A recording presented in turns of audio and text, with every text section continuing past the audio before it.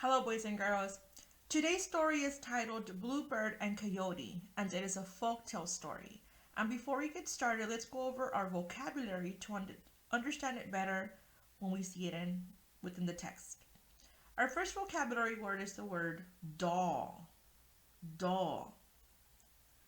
Doll, boys and girls, means when something is not too colorful or not too bright. And here, boys and girls, in our picture we see the sky, for example. We see lots of like a cloudy sky. There's no sun.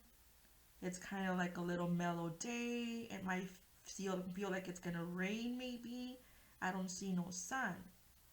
So the vocabulary word dull, boys and girls, is an adjective because we know that an adjective describes something.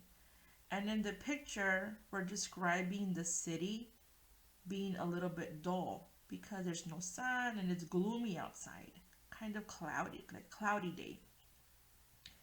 When something is dull, it is not bright. When there are many clouds in the sky, it looks dull outside. And like I said before, we don't see any sun, so it looks kind of dull, cloudy. So the vocabulary word is dull. Our next vocabulary word is the word thank. Thank. And as we look at our image right here, boys and girls, we see a little boy and a little girl.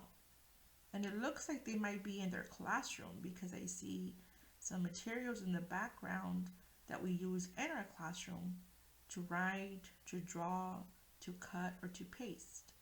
And it looks like maybe he can be giving her something in the basket.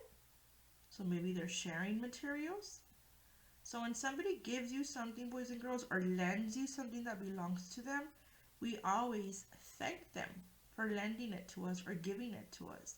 That shows manners. You thank by saying thank you. Thank, boys and girls, is a verb because we know that a verb shows action. What she's doing here is thanking the little boy for giving her something or lending her something. You thank, an example of the meaning is you thank people when they do something nice for you. I always thank my friends when they share with me. So when friends share with you, boys and girls, we always say thank you because it shows good manners. Thank. Our next vocabulary word is the word once. Once. In our image here, boys and girls, we see a little girl, and it looks like she might be ready for bed because I see her lying again on a pillow. She has a book in front of her. This might be the rails of her bed. She has her dolly next to her.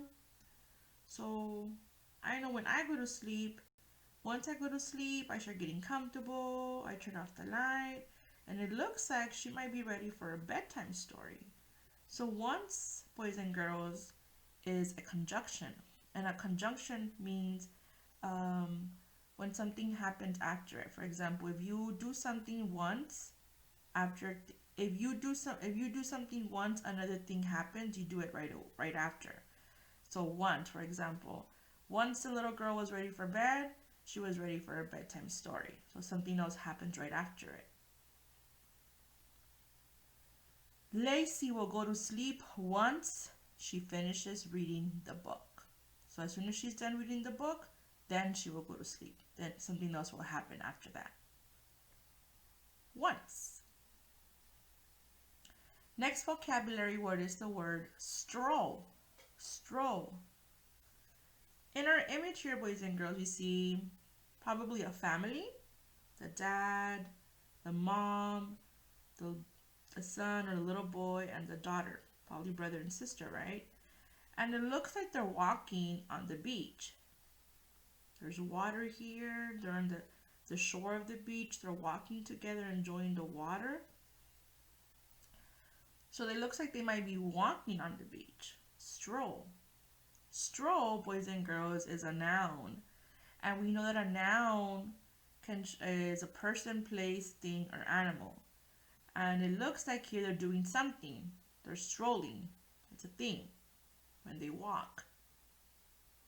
When you, for example, when you take a stroll, you go on a slow walk. So stroll is another word for walking. You're walking slowly. My family likes to take a stroll along the beach. Stroll. They're doing something there. That is a noun, it's a thing when they walk.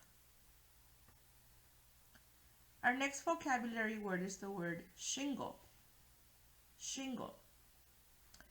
Here, boys and girls, we see a man in our image. Looks like he might be a construction worker maybe, or a carpenter, because he's wearing a helmet. He has some type of tool to work on the roof. This is shingle right here maybe. And he has some type of like a green little jacket on, meaning he's a worker that works in carpentry or construction. So shingle, boys and girls, a shingle is a small flat piece of wood or something else used to cover a roof. So here, this right here is shingle, and we see this on the roof of our houses. And shingle, boys and girls, is a noun because shingle, it's a noun, it's a thing. They're things. The worker nailed the shingle on the roof of our house. So there you see the worker nailing the shingle on the roof of their house. And our last vocabulary word is the word shriek. Shriek. Shriek, boys and girls. Please look at our image right here. We see a little boy and a little girl, and it looks like they're on a carnival ride. And it looks like it might be taking them high up in the air because they're not touching the ground down here, and I see the sky over here. And when you go on a ride like this that takes you up in the sky, high up in the sky or in the air, and it goes fast, you yell, right? You make noises like you're scared. So shriek, boys and girls, is a verb because a verb shows action. What is the thing or person doing? And they're shrieking. A shriek is a short, loud sound, meaning it's not going to last forever because eventually the ride will stop and you will stop shrieking or yelling. So it's a loud sound you do when something is frightening to you, and like them. They're kind of making a loud noise because they're up in the air and the ride's going fast. We both let out a loud shriek of excitement as we rode the thrill ride. So once again, boys and girls, our vocabulary words for this story are do, thank, once, stroll, shingle, and shriek. Okay, prepare to read Bluebird and Coyote. Our story, boys and girls, once again is Bluebird and Coyote. This type of story, boys and girls, is a folk tale. Folk tales are stories from long ago that have been told over and over. You look for animals that act and talk like people. Storytelling phrases like long ago, the reason an author tells a story. And if we look at our front cover of the story Bluebird and Coyote, boys and girls, we see illustrations. These are drawings that an illustrator drew. We see a coyote and we see a bird. And I know that in real life, boys and girls, animals cannot talk or act like people. And this story, boys and girls, Bluebird and Coyote, I know it's not real. It's a fictional story, which is also a folk tale, because this story has been told over and over again throughout many years, boys and girls. And it starts by saying, long ago in a forest with a bird or a coyote. And it's an example I'm saying That's how it starts because it's been told for many years, boys and girls. So it's not, it's a folk tale. When you read also, boys and girls, it's really important for us to set a purpose. What is the purpose we are reading this book? What do we want to learn from here? Make pictures in your mind as you read. Words that tell how things look, sound, feel, taste, or smell, and words about feelings can help you create mental images. Because remember, good readers are always imagining in their heads what they're reading. They imagine themselves in the story, maybe by how things look. They imagine how things sound. They imagine how things might feel. They imagine the taste of something, the smell, because all of this can help you visualize the story better, to help you remember the story better and understand it. Because remember, little detectives that we are as readers, the reader, good reader, is always asking questions during and after, and is always imagining in their little minds what's happening. You imagine yourself, you create mental images in your mind to help you better understand the story as you are reading it. Power words or vocabulary words, 3 of them that we reviewed before, is the word dull, thank, and once.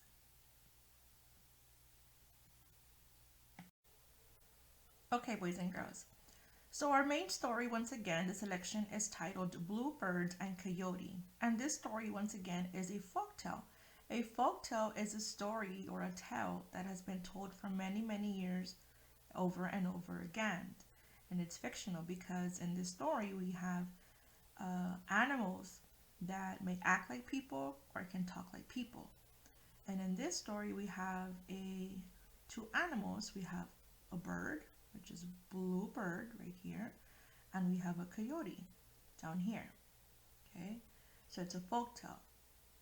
As we look also at the front cover of the book, boys and girls, it's always really important to look at the pictures because pictures give us clues.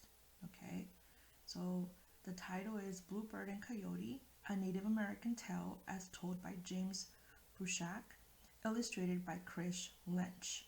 So on our illustrations, boys and girls, we do see that probably this story is being taken place in a forest because I see trees, like pine trees. I see mountains in the background, lots of open space. So I already have a clue about my 2 characters and my title, Bluebird and Coyote. And let's pay attention to creating mental images as you read. Imagine in your mind as the story is going along, okay, what the author wants us to see, any pictures, any sounds, any scents, any smells. Okay, let's continue.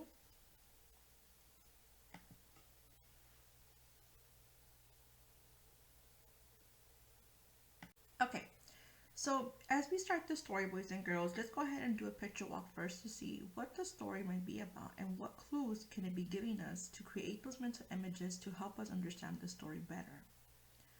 Here we see the bird flying in the sky. What's below us, or below the bird? I see some trees, open space, lots of greenery, some water over here, the mountains. Look at the color of the bird.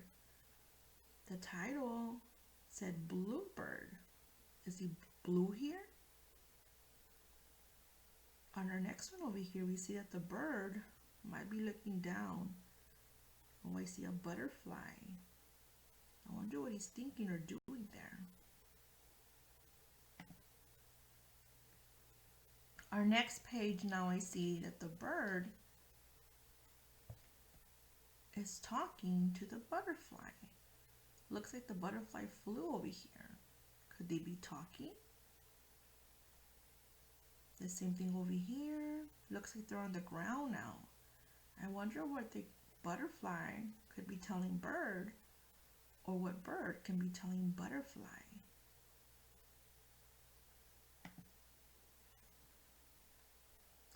Oh, now I see that the bird is in water.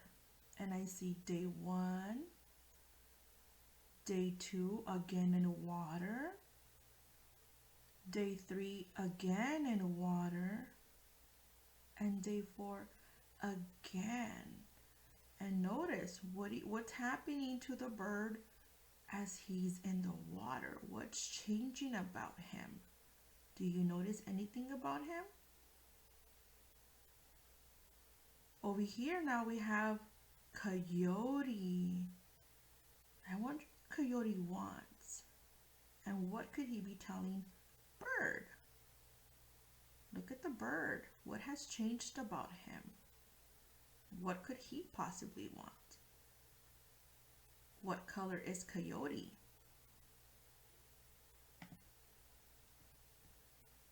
Oh, now we see that Coyote has jumped into the lake, also the water. Why do you think he jumped into the water? What could he want in there? Now I see Coyote on the ground. And this is like dust flying around, dirt. Looks like he might be on the ground and now he's dirty. What color is he now compared to over here? Do you see a difference?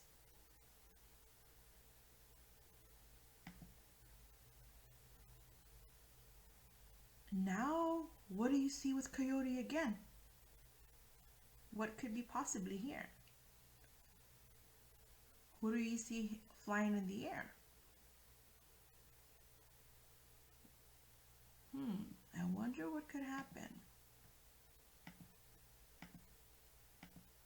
Okay, so now we did a picture walk. It looks like we have an idea of what the story might be about and what we saw through the pictures, because pictures give us clues. We were asking questions, we were kind of seeing what was going on, activating our knowledge to see, okay, now we're ready to read. So once again, the story is Bluebird and Coyote, and this is a folk tale. Let's begin. Bluebird and Coyote, a Native American tale as told by James Bruchac, illustrated by Chris Lench. Long ago, Bluebird was not blue. She was gray and dull. How did she get her color? One day, Graybird saw a lake. It was beautiful. A blue butterfly was at the lake. So we do notice that we have one of the vocabulary words right here, dull. Once again, dull, boys and girls, means when something is not so bright. Okay, and here, who do we see that's not so bright? Right. Bluebird. She was not so blue here. She was colored gray, right? And over here, who did she see down here? Butterfly, right? It was a beautiful, beautiful lake down here.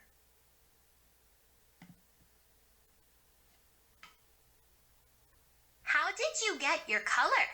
Asked Graybird. It is from the lake, said Butterfly. This is how to get it, said Butterfly. Go in the lake. Do it 4 days in a row. Then thank the lake. Good. So on this page, boys and girls, we did see another vocabulary word, the word thank. Thank, once again, means when you say thank you to somebody, when somebody has shared something with you or somebody has given you something, you say thank you. So we do notice that Bluebird or Graybird has asked the butterfly about her what? Her color, because she's bright blue. She's not dull like Graybird. So she wants to know, how did you get your color? Because she wants bright color like the butterfly as well. And what did the butterfly tell her? Where did she get her color from? From the lake. Good job. She told her to go where? In the lake for 4 days in a row. So that means she had to go in there on a Monday, on a Tuesday, on a Wednesday, and on a Thursday, 4 days. and to thank the lake.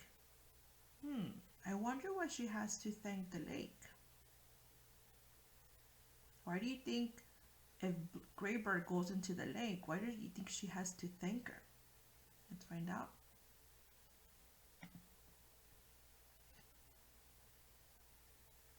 Day 1, Day 2, Day 3, Day 4. Graybird did this. Then she was blue. Thank you, lake. Long ago, Coyote was green. Coyote saw Bluebird. How did you get your color? Asked Coyote.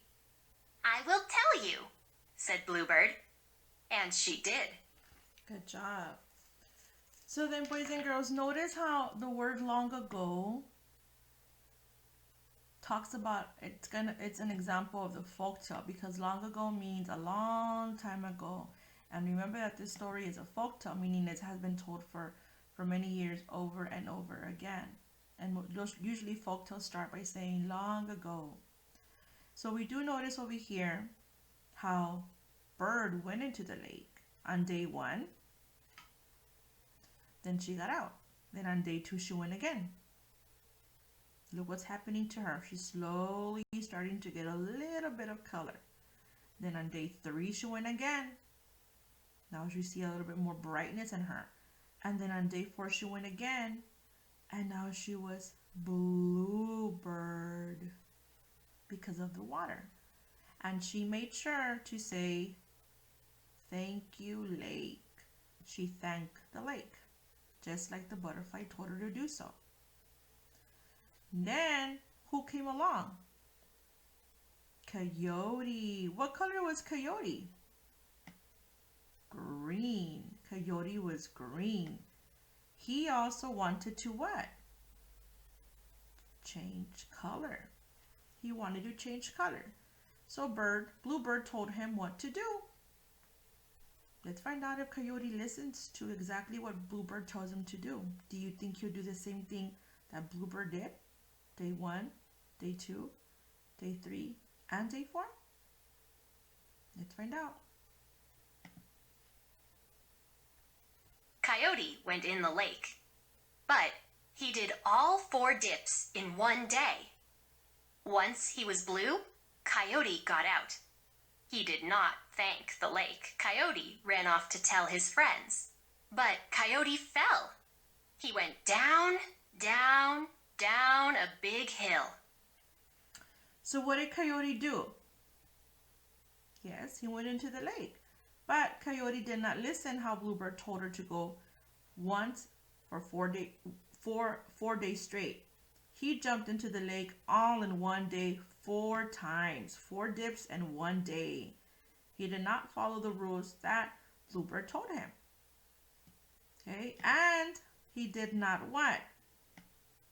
He did not thank the lake. So did he follow the rules just the way Bluebird had told him to do it?